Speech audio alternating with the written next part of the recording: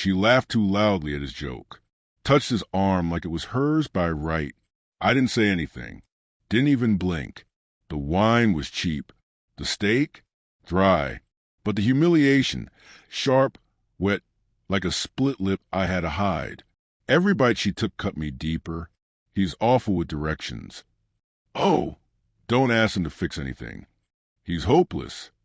You should see how he folds towels like a drunk toddler. Each line came with a giggle meant for someone else. I smiled, nodded, and died quietly. Across the table, her friend Ava kept glancing at me. Not pity, not concern. Something colder, like curiosity. Like watching a man be devoured and wondering how long he'll pretend it doesn't hurt. Then a whisper, barely audible over the clink of glasses. Hey, let's go outside. She didn't wait for my answer, just stood up and walked. I followed, and that's where my world cracked. The parking lot was dark, empty, lit only by a street lamp that carved shadows into her face. She lit a cigarette with steady hands, looked at me with steady eyes. You don't know, do you? For seconds passed. I counted them. No. What? I asked. She exhaled slowly, like it pained her, and handed me her phone. One thread, one name, my wife's name, her words, her photo, her body in a hotel room I didn't recognize, wearing the necklace I gave her for our anniversary, sent to a contact named Ben.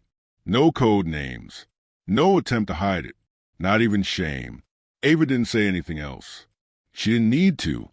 She just looked at me like she felt sorry, but not because I was hurt, because I wasn't angry. But I didn't feel rage. What came was colder, quieter, something that made my hands steady, my heart still. I didn't confront her. Not then. Instead, I became silent, not distant, not cold, just consistent. I made her coffee each morning, kissed her forehead, picked up the dry cleaning. She called me sweet, let her guard drop. She never noticed I stopped asking questions, that I now slept with my back turned, eyes wide open.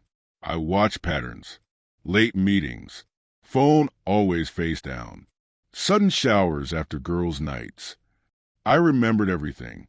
When she left her laptop open, I mirrored the drive, installed a tracker in her car, opened a private cloud, saved screenshots. The texts were what I expected. He's so pathetic. I moaned your name while he was next to me. He has no clue.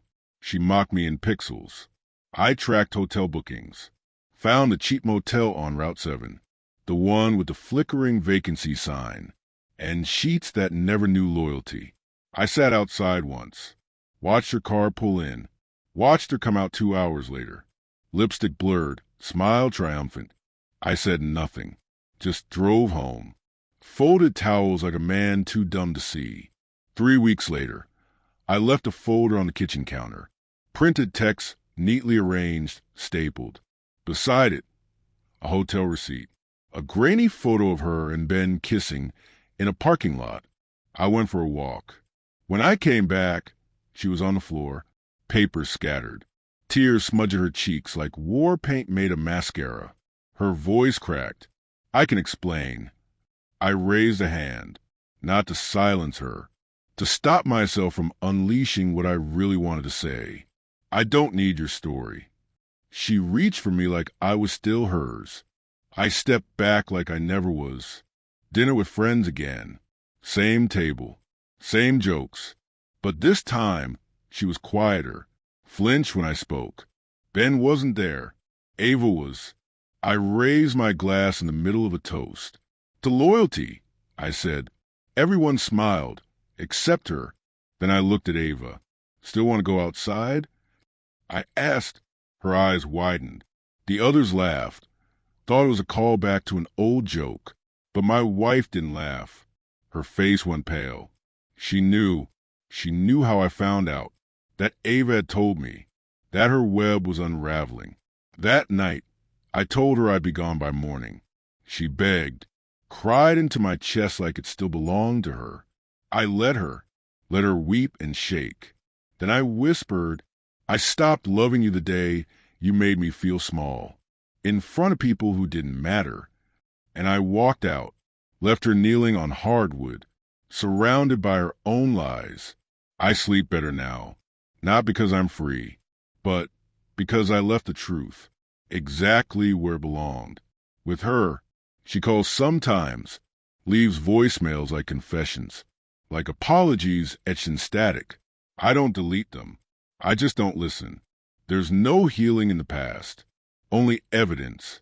I don't want revenge anymore, just silence, permanent, merciless silence. And when people ask what happened to us, I say, she forgot who I was. So I reminded her,